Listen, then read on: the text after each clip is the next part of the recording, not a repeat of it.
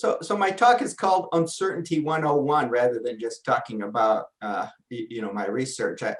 I've been putting together these slides over the last few years just to talk about uncertainty because I find it an interesting area, but I think a lot of people outside of it maybe don't find it all that interesting or don't really know what the research is. So I'll go ahead and get started. Yes, thanks for the nice introduction. Hopefully I can live up to the expectations now. All right. So what I'll do is I'll do an introduction. I'll start with an introduction to uncertainty, and then I'll talk about what you can do about it. So now that you acknowledge that there's uncertainty, what can and should you do about it, and then I'll talk a little bit about what I've done with it at the end. All right. So what is uncertainty? So maybe some of you think about uncertainty a little bit, and it's one of these things you run into in your daily life quite a bit, and you can start thinking about. People grapple with the concept quite a bit. I'll start off with this quote here. So you can see that it's something that's around, and people have been thinking about it for a long time. So here's a quote I'll give you to start off the lecture here. There are known knowns. These are things we know that we know. There are known unknowns. That is to say, there are things that we know we don't know. But there are also unknown unknowns. There are things we don't know we don't know. So there's that comes from Donald Rumsfeld. He was Secretary of Defense in 2002. So when he said this, a lot of people, I don't know, I think people found it kind of humorous. It's kind of hard to follow. But let's keep it in mind, and let's see if we can make any sense out of it as we go through the talk. So I'd say I bring this up as a motivating example here that people are always thinking about uncertainty, and it can be somewhat of a hard concept to kind of get your arms around. But I think hopefully this lecture, or talk, you'll start thinking about it yourself, and I'll give you some things to think about as you try to understand it. Probably one of the best ways to understand uncertainty, and this seems to be quite popular in the literature, is to try to classify the uncertainty. It seems that classifying uncertainty helps you understand uncertainty. As you look in the literature, you'll find that people do different classifications of uncertainty. What I'll call classification 1 is what I'll call source-based uncertainty. Where's the uncertainty coming from? So regardless of whether you're engineering, computer science, etc., we all kind of work in similar areas, and that we're building models, and then we're creating code to represent those models. So you could think about where would there be uncertainty, in kind of the overall process. Well, you could say that there's some uncertainty in the model. Anytime we model something, it's not perfect, so lack of knowledge. Parametric, as we get into, particularly those of you maybe who are more familiar with engineering and engineering design, civil engineering, mechanical, we have quite a bit. The model might have uncertainty, but the parameters in those models might have uncertainty also. Material properties, things like that. There could be numerical uncertainty if we're collecting, if we are doing a numerical approximation of something to solve something numerically rather than maybe solving it with differential equations. We use some numerical method. That leads to uncertainty. Testing data, if we're collecting data, the data isn't perfect. Or the data aren't perfect, I should say. So that's that could be another source of uncertainty. Another classification could be what I'll call kind of by type, and we can talk about aleatory, epistemic, and ontological. So people do these classifications where they consider aleatory to be inherent uncertainty or irreducible uncertainty. These are uncertainties we just kind of live with. They're always there. the nice thing about them, even though they're always there and there might not be much to do about them, they're easier to quantify because, they're always out there. We can quantify it. Sometimes you'll also see this classified as risk. It's like an uncertainty we just have to live with. Epistemic is then also known as reducible uncertainty. These are uncertainties that will be reducible with better knowledge, usually over time. It's like, I don't know much about something now, but as time goes on, I learn about it and I reduce the uncertainty. And then ontological, these are the possibility of events occurring that we have no knowledge of. So these would be things that are out there and that we don't even know what they are until they happen. And then finally, another classification, we could talk about whether they're noise factor or control parameters, where noise factors, if we view, if we have a system, we could say that noise factors are things that come from outside of our system. So wherever we draw the system boundaries, we can say that, noise are things that come from the outside and they're out of our control. Whereas control factors, there may be uncertainty on those. Those are things within the system, so things we can control. So we could classify it that way. So I'll open it up here if somebody feel free to just chime in. So if we look at this original quote here, any thoughts on the type of classification that Donald Rumsfeld was getting at in his quote here? So do any of the does anything here look like it's kind of matches up with what he was trying to get at? Would the ontological uncertainty kind of fall into his classification of the unknown unknowns? Okay, yeah, I like that. How about known unknowns? That is to say, there are things that we know we don't know. Noise factors would be, could be noise factors. Okay. And the alliatory, excuse me. Okay. So alliatory. Okay. It's like that risk is going to be inherent, cooked into it, Okay. Yeah, I see some things in the chat here. All three, I remember when it was popular to make fun of Remy for this quote. I thought it was brilliant. Okay. Good. Well, what I would say is, so I think you have, we're on the right track here. The way, and there's multiple ways to think about this. The way I've seen and the way I think about it is that we can view aleatory uncertainty actually as the known knowns. So these are risks, other risks, we know about them. We can quantify these risks, and even though it's still a risk, we can,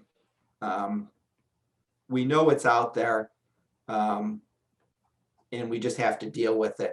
I would call known unknowns epistemic uncertainty. We know they're out there, but we know we don't know about them, and that as time progresses, we'll learn about them, so that these known unknowns get resolved over time. And then the unknown unknowns, as we mentioned, ontological uncertainty. They're things that are out there. We don't know about them. They'll happen. So we could look at Donald Rumsfeld is maybe coming up with trying to describe classification 2, where he's giving the definitions of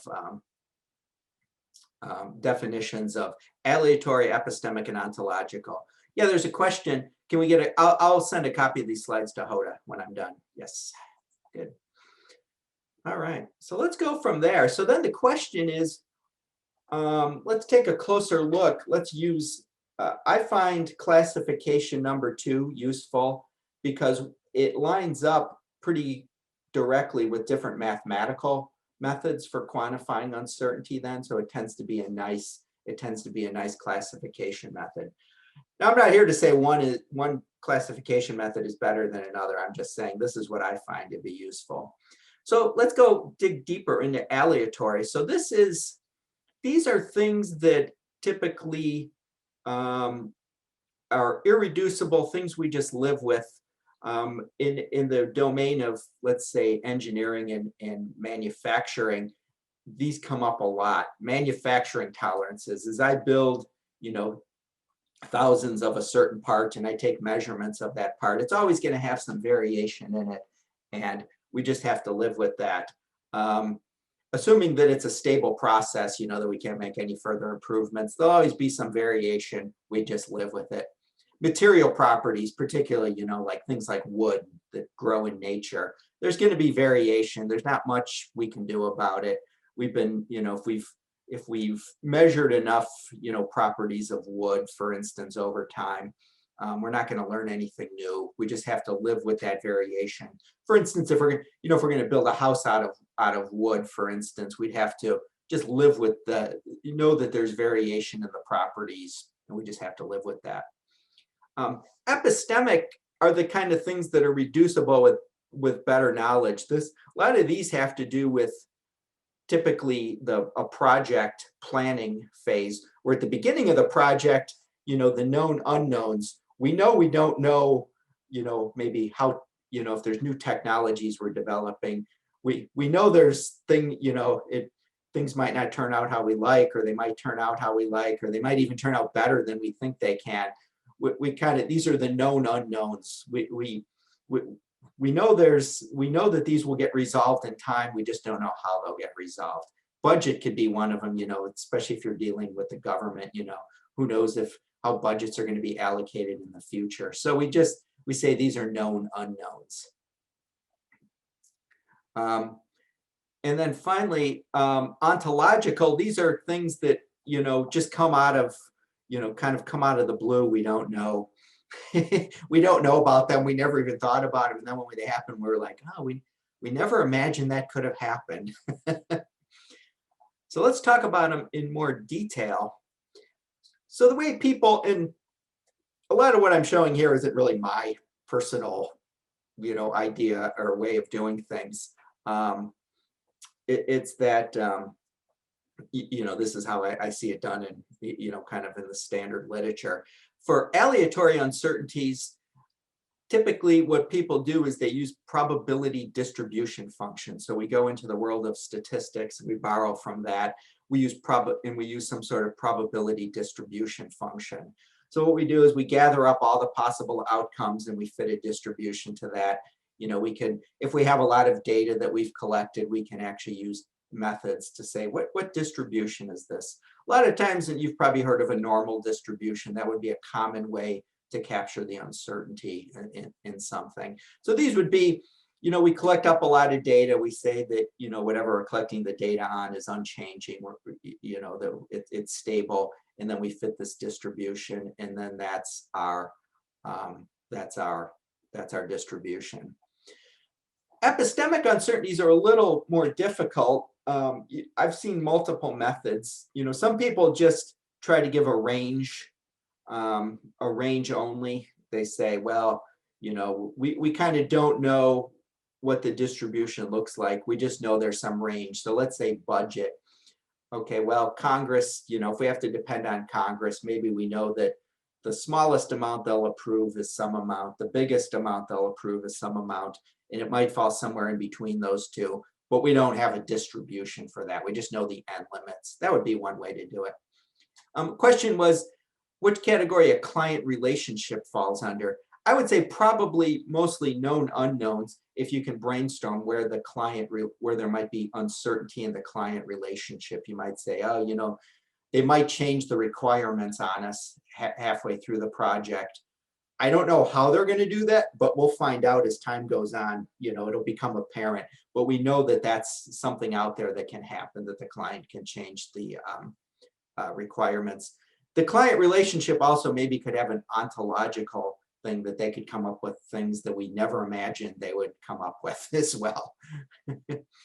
But getting back to epistemic uncertainty, so we could just do endpoints, say, you know, it's going to be somewhere between, you know, budget. Here's the range. The other thing that works nicely comes from Bayesian optimization, is what's known as a subjective prior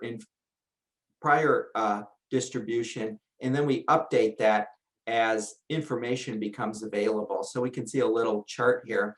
We might The blue might represent, and I don't want to get in, we don't have to get heavy duty into Bayesian statistics. The blue might represent the what our prior belief is on the distribution. So it might be quite wide. We might say, what's the budget that Congress is going to give us? So we might give the endpoints, and it might be a pretty wide distribution. And we might put a shape to it. We might say, it's most likely that they'll allocate this much, let's say $10 million, but they might allocate as much as 20 million or as little as $2 million. So we form kind of what's known as a prior distribution. That's our belief at the beginning of the project, kind of, what the probability is of getting a particular budget. And then what we do is we keep updating that distribution as we get more knowledge. So we start acquiring data points. Maybe Congress meets and, we get some idea of their initial discussions and we go, oh, okay, looks like they're probably veering towards the lower end of the, the amount that we think. So 20 is maybe not very likely.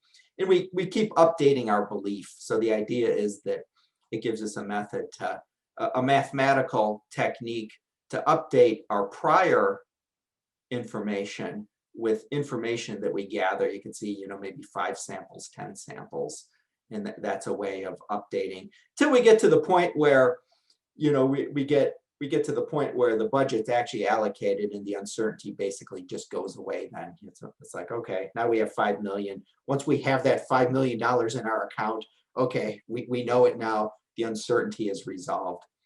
The nice thing about using this Bayesian approach is we can still use probability theory, so then it becomes more similar to aleatory uncertainties. So that's nice. We can kind of just use one approach. Unknowns, there's not a whole lot you can do about them because they're things you don't even imagine. So you can't really do a lot to mathematically quantify them, but since they're things we can't even envision happening. One thing you can do, and I remember actually Donald Rumsfeld talked about this a bit, was you'd actually maybe need to do some brainstorming sessions to try to envision these possible events that can occur. It's like, let's open up our thinking. Let's get in a wide set of experts and just think of things, that could possibly happen and just try to come up with them. This would be a way, basically what you're doing is then turning the unknown unknowns basically into known unknowns. You're saying, well, there could be a fire. We didn't think that there could be a fire. Well, now that's known. You don't know when it would occur or how bad it would be. So it would be a known unknown. So that'd be one way to deal with it. You'll probably never get the complete set though. There's probably always something out there that you never envisioned could happen. Good. So now I'll talk about, so let's imagine we've gone through, we've categorized and quantified our uncertainty. So we've come up with probability distributions to represent all our uncertainties. And now we want to use these uncertainties somehow. So now we're like, okay, I've quantified them and, I'm modeling some system now. What do I do with these uncertainties? So let's talk about that a little bit. One of the things we do in engineering is we separate out what we call goals versus requirements, and goals are what we call objectives. So we say that we would handle the uncertainties different in goals or objectives versus requirements, and I'll explain why. Typically, a goal or objective, there is no correct answer. If we think about it, those of you familiar with optimization, it might be that we say, well, we want to minimize cost. Whatever the cost is, there's not like, a bad cost and a good cost. It's just that we want to minimize costs. Whatever we're doing, we're going to try to minimize that. And we'll just have to live with whatever the solution is. We'll try to minimize it as much as possible, but there's kind of, but there isn't a target value for it. For these types of things, we use what's known as robust design or expected utility theory, and I'll go into that in a little bit of detail. Now requirements probably maybe, you know, particularly in software, you know, I'm not that familiar, but I know, you know, you typically have a lot of requirements that you need to meet. You know, they're given to you by a client, for instance. And these are things where there's kind of a dividing line between good and bad. You know, it's like you meet the requirement or you don't meet the requirement. If you meet the requirement, everything's good. If you don't meet it, and the converse, everything is bad. You have to figure out how to meet the requirement. When we have uncertainty, these are generally covered by what we call reliability-based design theory, where we have to account for the uncertainty in meeting the requirement, so we can no longer say, yes, we meet the requirement, or no, we don't. We can only say with a probability that we meet or don't meet the requirement. So that would be, well, there's some uncertainty. I think we're meeting the requirement, but I can't say 100% because there might be some things that you know happen that don't allow us to meet it. Imagine building a bridge. Maybe think of civil engineering. If I were trying to ensure that it met that when I put that bridge into service that it met the requirements of the project. That it can handle so much traffic per hour, and that it can handle maybe the environmental conditions. I could probably never say with 100% certainty that this bridge design met the requirements. Maybe I could say with very high probability, but there'd be material variations and things that could happen that I would never be able to say with 100% certainty that I meet the requirements.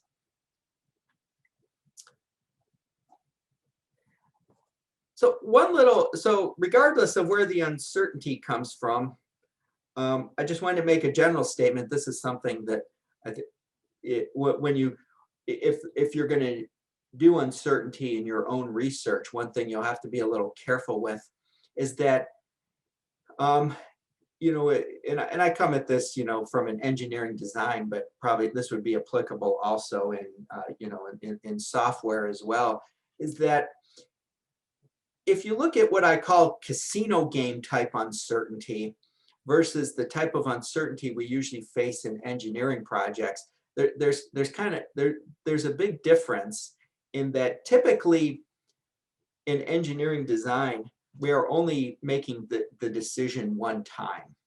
So let's take a look at that. If you start looking at a lot of literature that comes more out of like the gaming,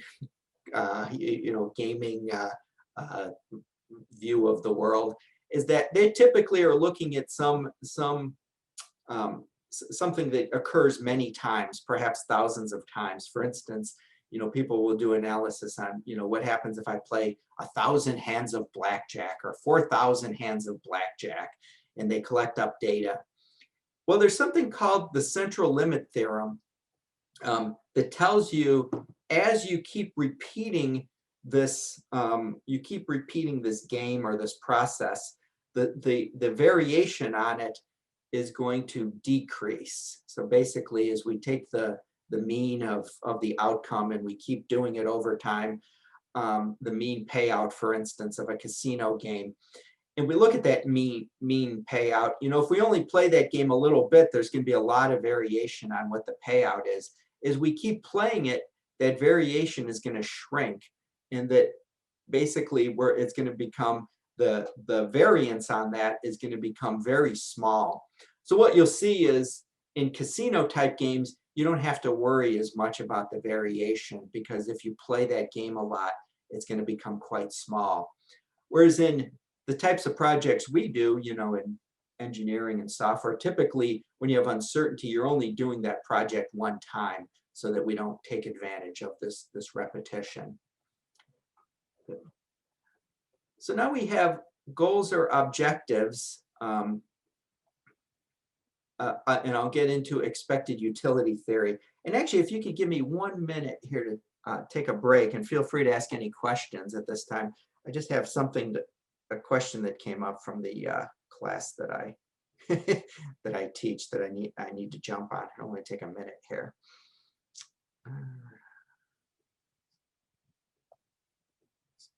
Okay. Here we go. let me, Would the casino type theory of uncertainty be closer to what we've been seeing people talking about in the stock market the last few days? yeah, so that's a good question. So I'd say in the stock market, right, you have some, if you looked at variation like in your returns for the stock market over days, you'd probably see that it follows that casino theory, in that, if you look at your returns, let's say you invested money in the stock market and you looked at your return, over 1 year, there might be a lot of variation, it goes up, it goes down. But if you start, if you're invested in the stock market over a long period of time, you might start seeing that, those up and downs start balancing each other out, in that you can kind of get a predictable return if you're in the stock market, let's say for 20 years. So it has that nature of kind of the same thing happening over and over again, where the variation goes down. But Sean, I think you said in the last 2 days. So I assume you're referring to the GameStop.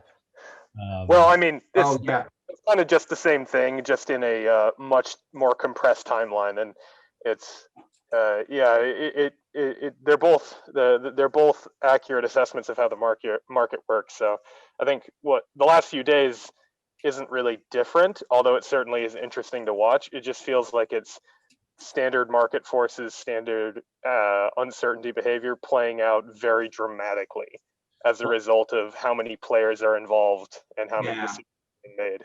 Well, I think it's very interesting given the context of this talk. I was thinking the same thing as we were going through the definitions earlier, because what happened here is this was all unmodeled risk. And so it's one of those unknown unknowns. It's not that people assigned the wrong risk to this kind of a short squeeze. It's that I suspect that the models just didn't even consider it. right. That makes sense. Yeah, they talk about, if you start looking, I'm not that familiar with, I typically only look kind of within the, the engineering domain, but I believe if you look at the literature on these type of risks, they call these the fat tail type of risk, where what it is, it's related to this idea that people kind of either didn't imagine or didn't put a high enough probability on some of these events occurring. Yeah, the black swan events I see. So there could be two things. One is you didn't even imagine a certain outcome could happen. That's one thing. Or you imagined it could happen, but you gave it, and this tends to be more likely in these cases, you could imagine it happened, but you gave it a very low probability of happening. Whereas in fact, there's actually a much higher probability of all these things, all these kind of, what you think are rare events actually aren't as rare as you think. So there's quite a few things going on related to what we have here, in that you could have unknown unknowns, things that you didn't even imagine happening, or you didn't quantify the risks appropriately. Good. Would another word or another way of describing that be the expected utility, or basically the expected return is lower because the probability is so much lower? Yeah, let's think. Because the expected utility is lower because it's less probable. Maybe describe what you mean there. So the return. Yeah, I mean, depending on the viewpoint, whether you want to call it like return on your investment, or the utility that you get from whatever decision, right? It's that is lower because the event is it's not very probable. If we don't expect the event to happen, if it is very unlikely that the event will happen, even though we may be accounting for it in the model, it adds so little value on average that we kind of throw it away, even if it will still happen. Right. So we'll look at that in utility theory. You're right. If we assign very low probabilities to things, they're not gonna factor into our decision making very much. So that's a problem. Whereas in reality, they may have higher probabilities of occurring. We should have maybe assigned a higher probability to them occurring, and they should have factored into our decision making more. I think that's what you're getting at. Yeah. I was going to talk a little bit about different types of decision analysis. So we already started on the discussion, so good lead in. So we talked about expected utility theory, which I'll talk about in a minute here. I won't go into it. I don't want to turn this into a class, but I'll just talk a little bit about the ideas behind it. It really comes out of three different approaches we can take to decision analysis. The first one is called normative decision analysis, which identifies logically compelling properties with which decision behavior should conform. So one of these theories is expected utility theory. So people say you should pick, if you're deciding on a course of action, you should decide on the course of action that has the highest expected utility for you, whatever. So that's what you should do. So that would be normative.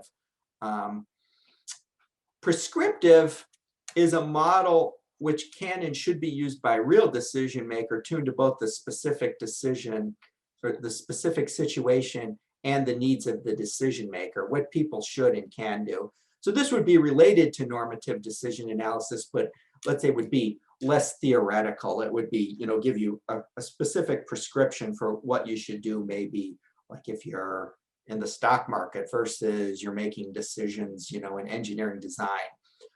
They may be both based on normative decision analysis, but they would be tuned kind of to what you're doing, specifically doing. And then the third would be descriptive decision analysis. And this identifies the way people actually make choices. So what they find is, when there's uncertainty, people, how do people really deal with that and how do they make decisions? What I would argue that the most useful for us, in our kind of engineering computer science domain is the normative decision analysis, because we want to figure out what are the compelling properties of decision behavior that we should conform to, and so we can do research in that area. Descriptive decision analysis is interesting, and you can see books on that. There was a book by Michael Lewis, kind of a popular, not an academic book, called The Undoing Project, about prospect theory and about how people really make decisions under uncertainty. That's interesting, but I would say, a lot of times we're not so much interested on how people actually make decisions. We want to improve on that because, we're saying, well, if we're going to write code, how should we, and we're going to have the code help us make decisions, how should we actually, what would be the properties? So I'd say, in many cases, our choice as engineers and, in software engineers is to make better decisions. We don't want to mimic how people make decisions. We typically want to help them make better decisions.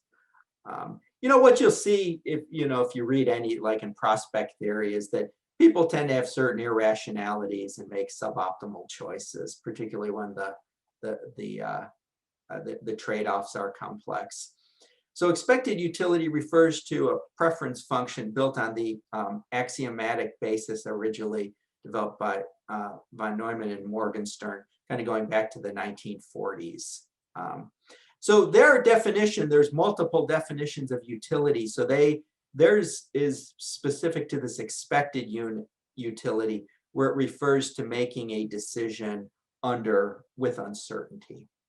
So how many of you have heard of utility theory, or maybe not even this particular branch of it, but have heard of utility theory? Okay, good.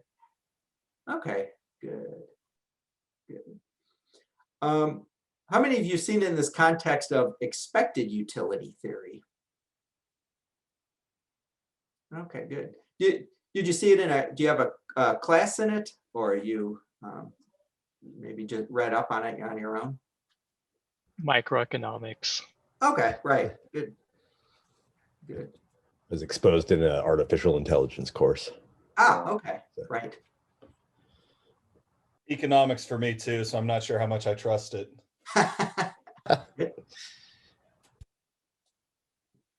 Cool. Mine from artificial intelligence, how AI makes its decision. Right, right. Good. Yeah, I wasn't, I won't go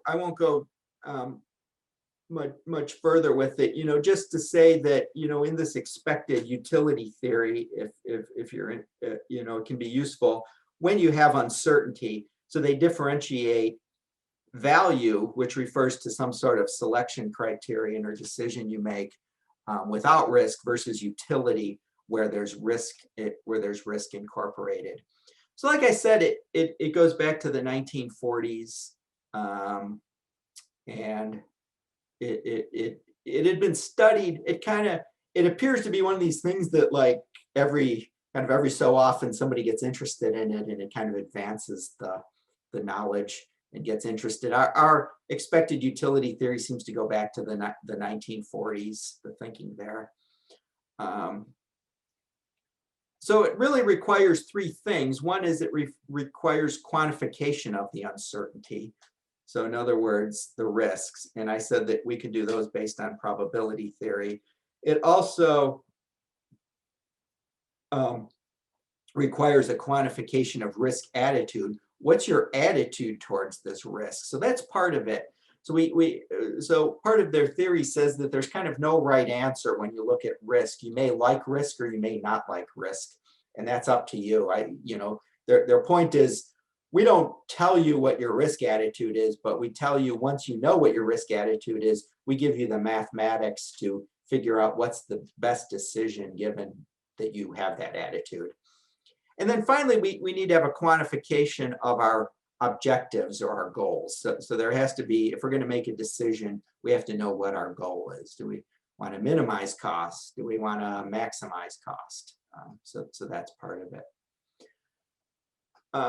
One of the reasons that that the risk preference attitude comes into it is that, while people can be irrational in decision making, we say that,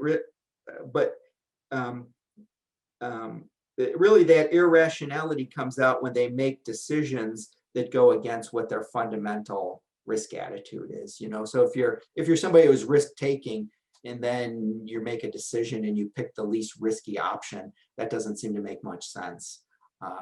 It might make sense, but in general, it doesn't seem like it would make sense that it would be irrational. But we'd say that, it's really up to you, though. There's nothing to say one person can't be risk averse and one person can be risk taking. You can think of maybe an entrepreneur with respect to picking what their business opportunities are. Some may pick particular paths that maybe have a lower average return, but it's less risky. It has less uncertainty on it. And then somebody may pick something that has a higher average return, but it has more risk on it. It has more uncertainty. Those are both perfectly fine. Those are both perfectly fine risk attitudes to have. So one of the things, though, is we want to, in the decision making, part of that in the utility theory is to fold that in, that risk attitude, so that that's accounted for in the decision as well. I'll talk a little bit, so that has to do more with things that are goals or objectives. It actually is a little more straightforward to incorporate design into things that are requirements, in that if we have this dividing line between good and bad, we need to be below this amount. You can imagine, in the case of engineering design, we could say that the stresses in the structure need to be below a certain limit. If they're above it, it's unsafe. So that becomes a little more straightforward. What we can then do is just take a look at whatever the requirement is, and if we have a model of it, we add the uncertainty, and then we can just compute the probability of meeting that requirement or not meeting that requirement. the probability of meeting the requirement is what's generally known as reliability, and the probability of not meeting it is what is generally what's known as failure probability. Like I note here, it becomes kind of more just a math exercise in terms of quantifying the uncertainty and taking these probabilities in fairly complicated cases. I'll show this quickly. If you're interested, I listed a number of methods here. Typically, in what this becomes an exercise in is what's known as uncertainty quantification or uncertainty propagation, where you have many small sources of uncertainty in your model that kind of combine and create the overall uncertainty in whatever whatever you're interested in, the output of your model. And there's quite a few techniques for mathematically doing this. One of you have mentioned already Monte Carlo modeling, right? That would be a way of what you do is you just do a lot of samples. You know your uncertainty and you sample from those unknown distributions, and you just keep seeing what the outcome is. For instance, if it's casino, how much money did you win or lose? And you just keep track of that, and you do it a lot of times, and that gives you the the uncertainty in your winnings based on the uncertainty and maybe how you played the game, for instance. There's more efficient methods. I won't go into them here. I'll just list them here. I'll share the slides when I'm done here.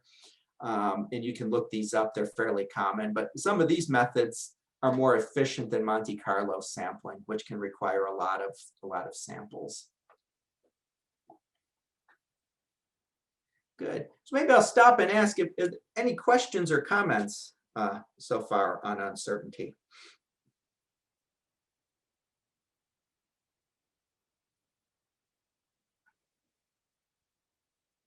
Good. So like we said, we had some good points up here already in our discussion of the financial, and that some of the challenges are in creating these uncertainty distributions are actually is twofold. One is, what are the events that make up the distribution? What are all the different events that can actually occur? We may not be good at estimating those. And then second, we may not be so good at assigning probabilities to all those events. So, what's the event? What's the probability of some sort of market crash or something? We may assign much too low of a probability to that. Good. I'll show you just a few things I've been working on at Oregon State. Maybe this will give you some ideas of how it can be applied. One project I worked on was with Bonneville Power Administration. Probably, I assume Idaho is probably similar to Oregon, and that a lot of hydropower, but there's a lot of uncertainty in hydropower. It's like, how much water is there going to be? There's actually other entities using the water too. So one of the things that we worked on with them was a group that does forecasting. They want to buy and sell energy, future energy on the markets, but they don't know how much they should buy and sell. I see a comic here. I'll take a look at it. They don't know how much they can buy and sell in the future because there's a lot of uncertainty. So they said, well, if we had a better model, we could better decide what to buy and sell. So we several of us at Oregon State, there was me representing the optimization end. We worked with two professors, one from statistics and one in math, and myself, in terms of quantifying uncertainties. It actually became a really big project of quantifying all the uncertainties. How do you quantify uncertainty like in water levels? You have to start looking at, precipitation, look at historic data, etc. We worked with civil engineer to do a model of the river flow, on the Columbia River as well. And then from that, we were able to come up with a model of the Columbia River system. That included the uncertainty in water levels, for instance. And then we put an optimization on that that then told them how to allocate this water. This is just a little, you know, we use this robust optimization, or this expected utility theory, and it basically gave them some guidance on how they should operate the river, the hydro system, or the reservoirs in the dams, to best maximize their revenue. So that's one thing we did.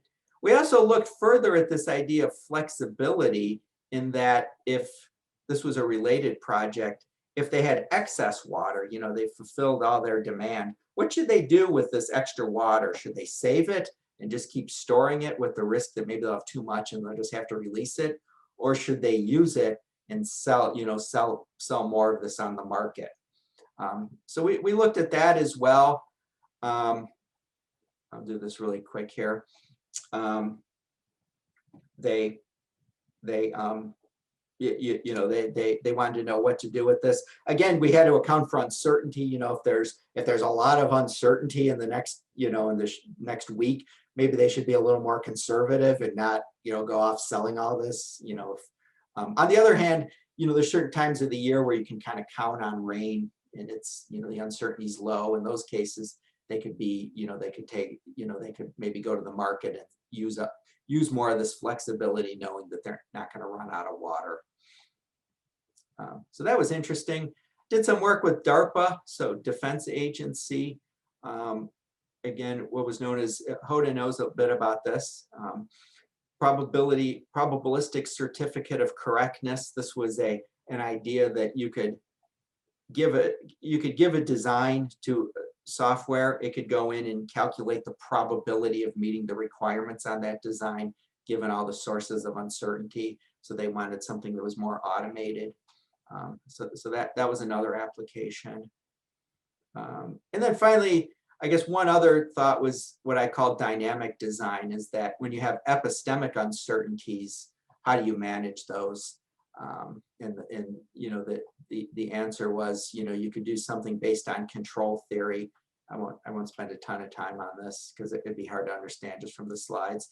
But you could do something based on control theory to say that you could treat it as a control problem. That as you learn more things, you know, you kind of change the path of your design. You might keep updating your design as you keep learning more. As uncertainty becomes resolved. Good. I'll just say some ongoing challenges. You know, those, you know, you're doing research, you know, maybe some things to think about in your own research is, you know, how to handle uncertainty in large scale and complex systems. There could be a lot of uncertainty, and how do you quantify that, and how do you mathematically come up with a mathematically efficient way to handle it. System reliability, how do you know your code or your system is reliable? That's something to think about. And then handling of time-dependent uncertainties. So these epistemic uncertainties are kind of difficult to know how to handle, because they're going to get resolved at some point. So the question is, how do you plan for that? You know, do you want to give yourself a lot of flexibility such that when they're resolved, you know, you can easily handle it? But having a lot of flexibility might have some cost to it. So that's something to think about.